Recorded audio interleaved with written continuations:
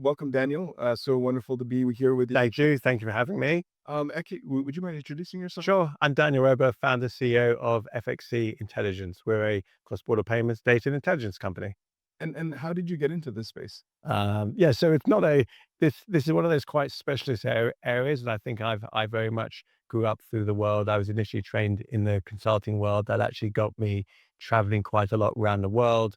Saw a lot of international business. I grew up in an international business type family. I had a brief stint in the sports and entertainment world. But actually about 10 years ago, I bought into a tiny one-two person consumer money transfer side.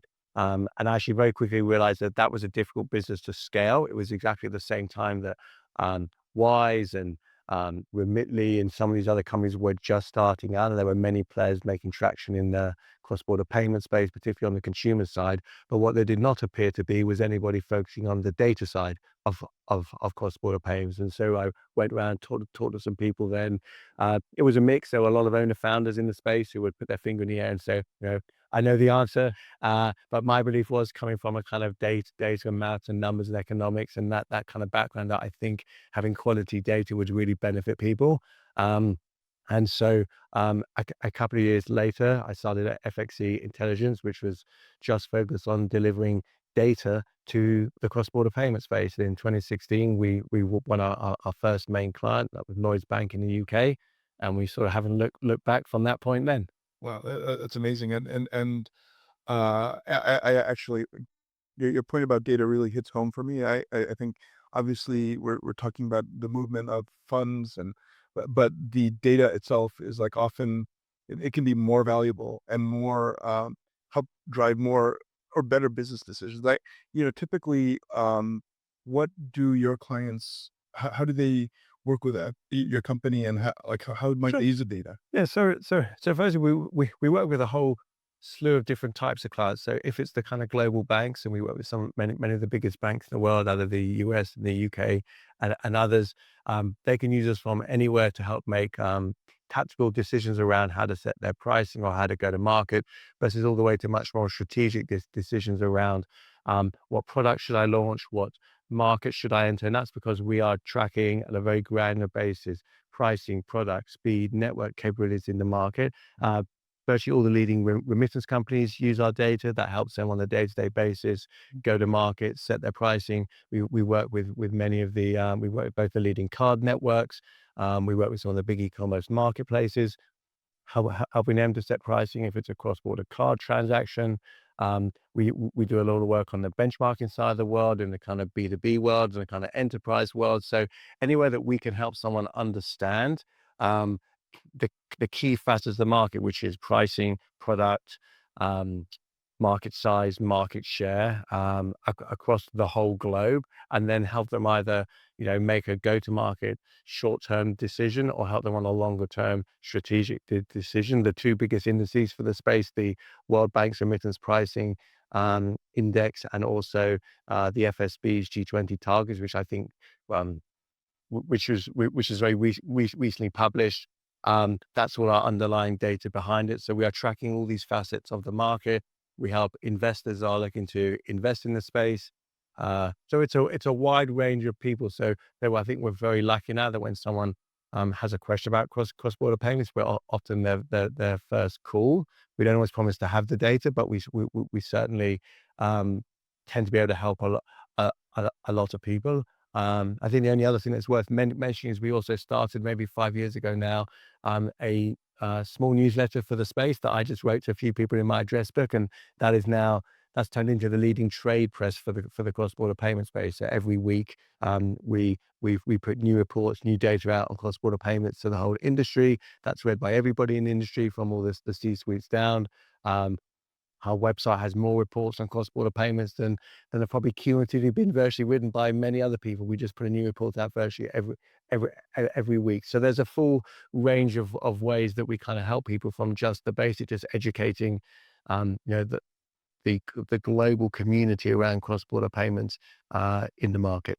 That's amazing. Actually, if I think back to 20 something years ago when I was at a large global bank looking at cross-border I wish that we would have had data like that. Yeah, we wish we'd be able to help. And I think what's fascinating is in some cases, because people have not bought data in this space before, it is sometimes an education process from our side, because they are not always used to having very accurate, very granular data in the market. But we've helped to kind of bring on many organizations from those biggest banks down to kind of specialist payment companies to help them understand the value of using this data. And once they tend to sign up, they tend not to look back. One of the things that I sort of hear in my conversations with the industry is actually greater interest in cross-border. I mean, is that a fair Yeah, statement? I think, I mean, particularly if your context is versus domestic payments, and I think that's a very fair statement. What are the reasons for that? So firstly, cross-border payments is much more complex than domestic payment. A domestic payment is, I just move money to someone else in the same country. I just go and buy a kind of coffee Mm. in my local country. These are relatively straightforward payment methods. They don't involve currencies. They don't involve too many varieties of different use cases. Once you go to cross border, you start from having 200 countries, sending money to 200 countries. That's 40,000 different country corridors that you can be sending money in. And then there's a use case for each different situation. So you can have a consumer remittance use case. You can have, which is sending money home to family to support them.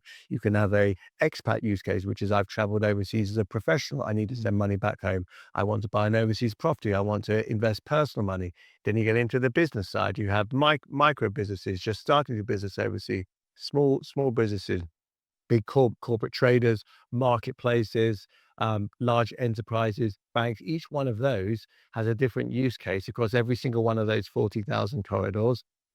There is very little interoperability and same standards across the whole of cross-border payments. So it's actually quite tricky. So just because you can send money very quickly and efficiently between one country to another does not mean that you can send money quickly, easy, and efficiently between one country and the next country, and then you multiply that up by all those use cases and all those corridors. So all of that complexity and all those different use cases that make it a much richer environment to operate in. Then you overlay all the changing regulation on top of it. Yeah. And if the regulation is in two countries as opposed to one is domestic payments, two is the country you're sending from, and the country the money is being received or sent to, another layer of complexity. So it means that there are many places and roles for different people to have in the ecosystem, because you can solve for, no one solves for all of that I've described. So people solve for some of it. They might solve for a consumer piece. They might solve for a risk piece. They might solve for a network connectivity piece. So there are so many different roles that you can play. It also makes a rich ecosystem. And then overall, and our data shows this, like, this market is a growing market. It's a growing market, growing substantially. So there is a large multi-trillion dollar, I think, on the B2B side, even excluding wholesale, but with consumer, it'll be a $60 trillion market Mm. um, by 2030, up from about 44 trillion this past year. So this is a big growing market. So you also have tailwinds. So you put all that together, that's why people are so interested in the cross-border payment space, versus the domestic or maybe even some other parts of finance. Fair enough, and I think maybe levering up to like the 40,000 foot view. Are there any, you know, interesting trends or topics that you're looking at the space and like, I think this could be really, this is going to take off, or this is going to be interesting, or maybe we should focus on this a little bit more. Sure. So I think, again, you can start to break some of those trends down against the use case in the context that I described, just to pick two or three. One of them is certainly this concept of interoperability, which is, there are so many different payment schemes and ways to send money around the world. Can you find a way to standardize and make them all interoperable with each other? And given, again, all these tens of thousands of corridors and use cases, you can see that there is a need. Nobody has solved for that. There are plenty of people that are trying to tackle parts of it. There are some initiatives going on with some of the non-governmental bodies as well. So certainly, interoperability is a major theme. I think a second theme, and this is not unique to cross-border payments, but a lot of innovation starts on the consumer side. Consumers demand is very nice to use, quick and easy financial services. So innovation on the consumer side of cross-border payments, by the likes of Wise, the Remitly, the Revolut, these have all been really good. Now we're trying to see that move into the business side of it. Now business is more complex because workflows are more complex in business. But if you can get the same usability and innovation that started on the consumer side of cross-border payments and move to the business side, I think that'll enable a lot of people. I think that's a trend. And then I think up at the kind of very enterprise end, the kind of B2B to X end, we see certainly at the global bank level, they realize the major role that they play in the space. I think we still see what 92% of the core B2B flows come through banks. So they're certainly at the heart of it. They're centralizing what they're doing cross-border payments, building their products out. Many of the non-bank players are trying to facilitate this. They're trying to provide alternatives to existing rails, existing correspondent networks, adding richer services in. So those are three trends, which I think we'll probably stop there for now. And there are kind of plenty more. And again, each of those has many players having many different roles and just that full strata of the use cases across the ecosystem. Oh, no, that's great. And to pivot slightly here, uh, you know, well, we're obviously on the conference circuit quite a bit. I see you there quite a bit. I'm there too, maybe a little much, but that's the nature of the business. I wanted to ask you about your experiences at Fintech Meetup this past year. Well, and actually, you've been to every I should single. have a badge. I should have one of the badges because I've been there from the beginning. So I think this coming year is going to be the kind of fifth one. So you can give me a little star that says five as I kind of want. So I've been there from the beginning. Certainly, congratulations to you and the team for picking a time of year when I think there is no meaningful conference that has existed in the earlier parts of the year. And as anyone in, growing businesses and developing businesses knows, like if you all meet right at the end of the year, that does not help your pipeline or your growth or your development that year. So firstly, the kind of timing is just a great timing just to answer that. Then I think what we found is a handful of things. One, the quality of people there is excellent, right? It's very senior um, people across banks and the non-banks. I think the feedback that I've heard from even others in those groups, it's a very efficient way to meet a lot of people very quickly, get new ideas, build relationships. For us, I think it's been a fantastic way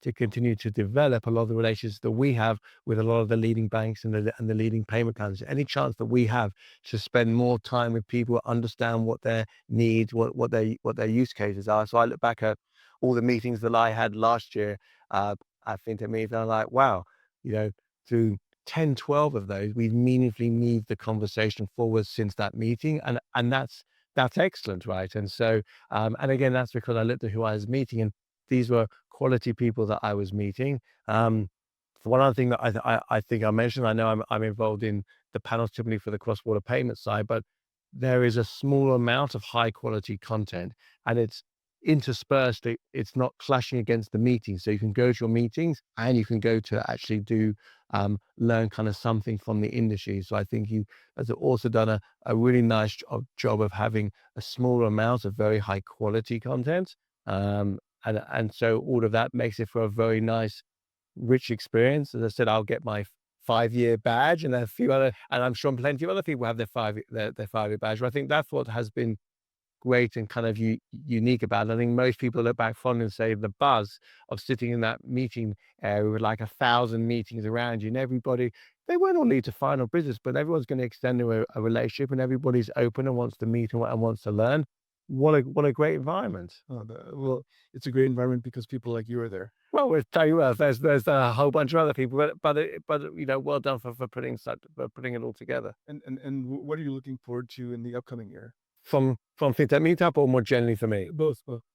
Let's do Fintech Meetup first. So certainly Fintech Meetup. I mean, I look forward to that conference at that point in the year. To me, getting a chance to meet more quality people in the industry, listen to what's going on. This sector, particularly our part of it, cross-border payments, is changing all the time. So a chance to listen to people. I think we're going to have a fantastic panel, maybe one of the best panels ever had on cross-border payments at the event. So I think that is going to be excellent. And then I think from us more broadly as a business, we're very lucky to be at the heart of what many people are doing to develop their cross-border payments businesses. So we have some new products launching.